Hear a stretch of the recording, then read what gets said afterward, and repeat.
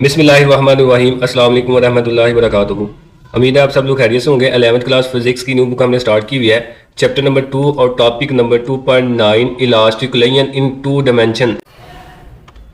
आज इस लेक्चर में हम डिस्कस करेंगे। लेक्चर स्टार्ट करने से पहले अगर आप चैनल पर नए हैं तो चैनल को सब्सक्राइब लाजमी कर दें ताकि आने वाले लेक्चर आपको बर वक्त मिलते रहें। तो सबसे पहले हम बात कर लेते हैं जी इलास्टिक लाइन क्या आती है। ये बड़ी दफ़ा हम पीछे डिटेल में पढ़ चुके हैं। इलास्टिक लाइन हमारे पास ऐसी लाइन है जिसमें जो काइनेटिक एनर्जी है वो कंजर्व रहेगी, यानी कि कांस्टेंट होगी, या फिर आप ये भी कह सकते हैं कि काइनेटिक एनर्जी जो है ना वो बिफोर क्लेयन एंड आफ्टर क्लेयन जो है ना वो इक्वल होगी। इसके अलावा इलास्टिक लाइन में जो मोमेंटम होता है वो भी कंजर्व होता है, कांस्टेंट होता है। हमने इससे पीछे टॉपिक पढ़ा हुआ इलास्टिक लाइन इन 1 डायमेंशन। पहले मैं थोड़ा सा यहाँ पे वो आपको बता दूं क्या था। वहां पे बेसिकली हमारे पास दो मैस है, एक मैस M1 और दूसरा मैस M2।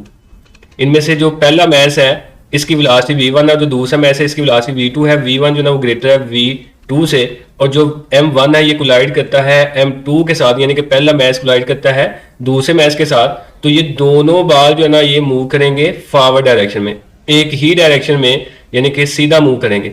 लेकिन आज जो हमारा टॉपिक है वो है 2 डायमेंशन वाला। 2 डायमेंशन का मतलब यहाँ पे हमारे पास एक्स एक्सिस के अलॉन्ग भी मोशन होगी, इसके अलावा वाई एक्सिस के अलॉन्ग भी मोशन होगी। इसमें सिर्फ हमारे पास एक्स एक्सिस के अलॉन्ग मोशन थी 1D में। 2D में हमारे पास एक्स एक्सिस के अलॉन्ग भी मोशन होगी और वाई एक्सिस के अलॉन्ग भी मोशन होगी। अब यहाँ पे सबसे पहले ये हमारे पास मैस M1 है और ये वाला मैस जो है ना ये M2 है। M1 जो है ना इसकी इनिशियल वेलोसिटी कुछ ना कुछ है, तो हम इसको मैस को M1 और इसकी जो इनिशियल वेलोसिटी है इसको हम लिखेंगे V1 और साथ लिख देंगे I। V1 का मतलब ये वेलोसिटी है M1 की और I का मतलब उसकी इनिशियल वेलोसिटी है।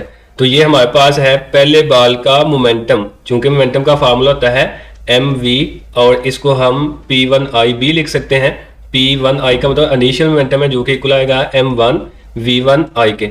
और ये हमारे पास सेकंड वाला मैस है M2। M2 जो ना वो यहाँ पे रेस्ट पे है। अगर M2 यहाँ पे रेस्ट पे है तो इसकी जो वेलोसिटी है वो V2 इनिशियल वाली जो ना वो 0 होगी।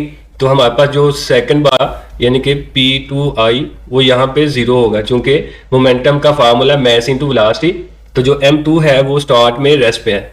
अब M1 की वेलोसिटी है तो M1 जो ना वो कोलाइड करेगा M2 के साथ, लेकिन इसने कोलाइड इस तरह करना है कि ये इसको यहाँ पे कॉर्नर पे हिट करेगा। ये आपको नजर आ रहा है, कॉर्नर पे हिट कर रहा है। ये कॉर्नर पे इसको यहाँ पे हिट करेगा।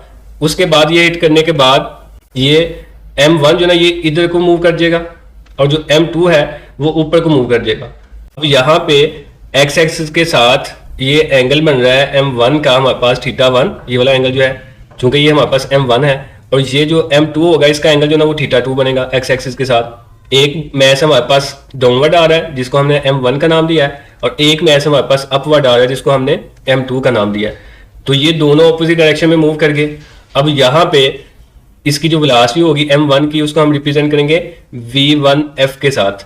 F का मतलब ये उसकी फाइनल वेलोसिटी है, और M2 की जो वेलोसिटी होगी उसको हम रिप्रेजेंट करेंगे V2F के साथ। यहाँ पे देखिए हमने V2I इनिशियल लिखा है, यहाँ पे V1I इनिशियल लिखा है, यहाँ पे F का मतलब फाइनल है। अब यहाँ पे बेसिकली ये ना वेक्टर की फॉर्म बन गई है। हमारे पास एक वेक्टर M1 का है, दूसरा वेक्टर M2 का है, और सेंटर में हमारे पास एक्स एक्सिस है। तो हम यहाँ पे इसके कंपोनेंट ड्रा कर लेंगे। अब कंपोनेंट यहाँ पे कुछ यूं ड्रा करेंगे कि जो हमारे पास M2 का ये वाला है, जो आपको रेड वाला नजर आ रहा है, इससे नीचे को हमने एक लाइन ड्रा करनी है इसकी टेल के सामने तक। तो एक इसका कंपोनेंट ये वाला आ गया। ऐसे ही M1 का हम जो हेड है ये वाली, इससे इसकी टेल तक ऐसे लाइन ड्रा करेंगे तो इसका जो हमारे पास कंपोनेंट है वो ये वाला बन जाएगा। अब ये θ1 के सामने वाला जो कंपोनेंट होता है हमेशा आपको पता है, इसको हम रिप्रेजेंट करते हैं परपेंडिकुलर के नाम से।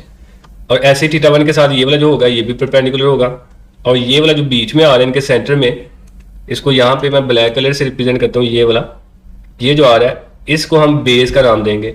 ये θ1 की भी बेस है और θ2 की भी बेस है। अब यहाँ पे ये जो वेलोसिटी V2 है ना इसके हम कंपोनेंट ड्रा कर लेंगे। ये वाली जो वेलोसिटी V2 ये F है, V2F यहाँ पे मैंने लिखा भी हुआ है। इसका एक कंपोनेंट ये वाला बनेगा। तो ये वाला जो कंपोनेंट है ये परपेंडिकुलर है, तो इसके साथ आपको पता है हम V2FY लिख सकते हैं। ये वाला जो कंपोनेंट है ये इसका हॉरिजॉन्टल है, तो इसके साथ हम V2X लिखेंगे और साथ FB आएगा फाइनल वेलोसिटी।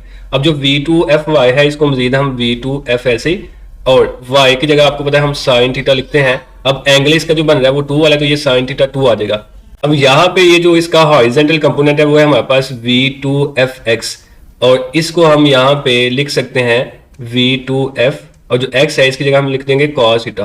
और साथ आ जाएगा 2, यानी कि जो हॉरिजॉन्टल कंपोनेंट है हमारे पास, इसको मैं यहाँ पे करके लिख देता हूँ, वो हमारे पास बनेगा v2f और x की जगह आ जाएगा cos थीटा 2। और जो वर्टिकल कंपोनेंट है वो हमारे पास ये वाला बन गया, हमने पीछे पढ़ा हुआ है y की जगह हम साइन और x की जगह cos का यूज करते हैं। सेम इसी तरह हमारे पास m1 में थीटा 1 के जो कंपोनेंट है हमारे पास, सेम इस तरह हमारे पास m1 में v1f के जो कंपोनेंट है हमारे पास थीटा 1 के सामने वाला ये वाला परपेंडिकुलर होगा, ये होगा v1fy और ये वाला जो होगा ये होगा v1fx। अब v1fy को फिर हम ऐसे ही लिखेंगे, v1fy की जगह हम लिख लेंगे साइन थीटा और एंगल यहाँ पे 1 बन रहा है और एंगल यहाँ पे थीटा 1 आ रहा है तो यहाँ पे हम लिख लेंगे थीटा 1 और यहाँ पे जो हमारे पास ये वाला आएगा v1fx, इसको हम लिख लेंगे v1f और x की जगह आ जाएगा cos थीटा 1। इस सारे को अगर मैं यहाँ पे साइड पे ड्रा कर दूं अलग से तो ये कुछ यूं है कि ये हमारे पास x एक्सिस था, इसके बाद हमारे पास दो कंपोनेंट थे वेलोसिटी के, एक हमारे पास ये वाला कंपोनेंट है, इसको हमने नाम दिया था v2f का, और एक हमारे पास ये वाला कंपोनेंट है, इसको हमने नाम दिया था v1f का। अब इसका जो एंगल है वो हमारे पास थीटा 2 है, इसका एंगल जो है वो थीटा 1 है। ये आफ्टर कोलिजन की मैं बात करूँ, इसका एक और कंपोनेंट हम ड्रा कर लेंगे और कंपोनेंट ड्रा करने हमें आते हैं हेड से टेल तक लाइन ड्रा करें, फिर इसकी टेल से हेड तक लाइन ड्रा करें। तो थीटा 2 के सामने वाला ये जो कंपोनेंट है हमारे पास वेलोसिटी का, ये बनेगा v2fy। इसको मजीद हम लिख लेंगे v2f और y की जगह आ जाएगा साइन और आगे आएगा थीटा 2, ऊपर मैं लिख चुका हूँ। और उसके बाद ये वाला जो कंपोनेंट है ये हमारे पास आएगा, ये वाला कंपोनेंट इसका v2fx और इसको हम लिख लेंगे cos थीटा 2, इसको हमने साइन थीटा 2 लिखा है। उसके बाद थीटा 1 के सामने ये वाला जो कंपोनेंट है इसको हम लिख देंगे ऐसे ही v1f साइन थीटा 1 और ये वाला जो कंपोनेंट है इसको हम लिख देंगे v1f और आगे लिख देंगे cos थीटा 1, यानी कि x वाले को cos के साथ और y वाले को sin के साथ, ये ऊपर हम लिख चुके हैं इसको। अब इसकी हमने डेरिवेशन करनी है, चूंकि ये इलास्टिक प्लेन है, इलास्टिक प्लेन में हमारे पास मोमेंटम भी कंजर्व होगा और इसके साथ साथ जो काइनेटिक एनर्जी है वो भी कंजर्व होगी। तो पहले हम देख लेते हैं कंजर्वेशन ऑफ मोमेंटम कि मोमेंटम इसमें कैसे कंजर्व रहेगा, उसके बाद फिर हम चेक करेंगे कि जो काइनेटिक एनर्जी है उसकी कंजर्वेशन क्या है। लॉ कंजर्वेशन ऑफ मोमेंटम का फार्मूला हमने पढ़ा हुआ है और वो है हमारे पास मोमेंटम बिफोर कोलिजन वो इक्वल आएगा मोमेंटम आफ्टर कोलिजन, ये हम पढ़ चुके हैं फार्मूला। अब इस फार्मूले में हम वैल्यू पुट कर लेते हैं मोमेंटम बिफोर कोलिजन। तो ऊपर मैंने आपको बताया हुआ है बिफोर कोलिजन का जो मोमेंटम है हमारे पास दो तरह का मोमेंटम था ना। बिफोर कोलिजन में हमारे पास दो तरह के बाल थे, एक बाल था m1 और दूसरा बाल था m2। m1 का जो मोमेंटम है वो था हमारे पास m1 v1 इनिशियल और जो m2 का मोमेंटम था वो था m2 v2 इनिशियल। ये हमारे पास आ गया इनिशियल मोमेंटम जो है ना बिफोर कोलिजन, ये हमारे पास आ गया इनिशियल मोमेंटम। अब ये जो मोमेंटम है आगे आफ्टर कोलिजन हमारे पास दो तरह का आया, एक आपको पता है एक्स एक्सिस के लॉन्ग आया, एक आया वाई एक्सिस के लॉन्ग। तो यहाँ पे पहले हम बात करेंगे एक्स एक्सिस के लॉन्ग। अब एक्स एक्सिस के लॉन्ग जो मोमेंटम आएगा हमारे पास वो आएगा m1 v1 और उसके बाद आएगा fx, यानी कि पहले बाल का जो फाइनल मोमेंटम है एक्स डायरेक्शन में वो वाला प्लस दूसरे बाल का जो फाइनल मोमेंटम है एक्स डायरेक्शन में वो वाला। अब इनिशियल मोमेंटम जो है वो तो यहाँ पे ऐसे आ जाएगा m1 v1 i, उसके बाद m2 v2 i हमने ऊपर पढ़ा हुआ है, ये जीरो है तो ये सारा बन गया जीरो। तो हमारे पास बाकी जो ना वो सिर्फ यही बचेगा m1 v1 i वाली वैल्यू बच गई यहाँ पे। और ये जो वैल्यू ये आगे इक्वल आ जाएगी m1 को हम नीचे ऐसे लिख लेंगे v1f फाइनल और आगे x की जगह हम लिखेंगे cos थीटा 1। ये मैंने आपको बताया हुआ है जो फाइनल मोमेंटम का x कंपोनेंट है हमारे पास v1 वाला वो है v1f cos थीटा 1 प्लस उसके बाद m2f ऐसे आ गया हमारे पास। फिर यहाँ पे ऊपर जो ना ये थोड़ी सी मिस्टेक हुई है, यहाँ पे आपका ये आना था m2 v2fx। अब यहाँ पे हमारे पास जो ना m2 ऐसे आ गया, v2f भी ऐसे आ गया, उसके बाद x की जगह आ जाएगा cos थीटा 2। उसके बाद ये जो value m1 v1 f cos theta 1 इसको इक्वल की उस साइड पे लेते हैं तो ये उधर जाके माइनस का हो जाएगा। तो m1 v1 initial minus m1 v1 f cos theta 1 ये इक्वल आ जाएगा m2 v2 f cos theta 2 के। ये हमारे पास x डायरेक्शन में जो मोमेंटम है वो वाला आ जाएगा। अब हम बात करेंगे y डायरेक्शन की। y डायरेक्शन के अलॉन्ग जो हमारे पास मोमेंटम है वो क्या आएगा। अब इसमें भी मोमेंटम बिफोर कोलिजन हम लिखेंगे और जो बिफोर कोलिजन मोमेंटम है हमारे पास वो आएगा y डायरेक्शन में जीरो। उसकी वजह क्या है, जीरो क्यों आएगा।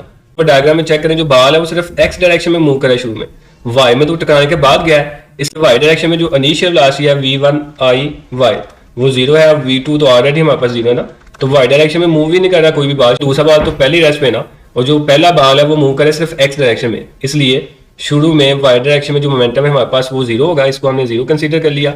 और जो फाइनल मोमेंटम है हमारे पास फिर वो कुछ यूं आ जाएगा m1 v1f उसके बाद y प्लस m2 v2f उसके बाद y, सेम वही हमने सारा लिखा है, जहां पे x है वहां पे y लिख दिया। उसके बाद जो बिफोर क्लियर वाला मोमेंटम है वो तो जीरो आ गया, और जो फाइनल मोमेंटम है उसमें m1 ऐसे ही v1f और y की जगह आ जाएगा sin θ1, ये मैं बता चुका हूँ।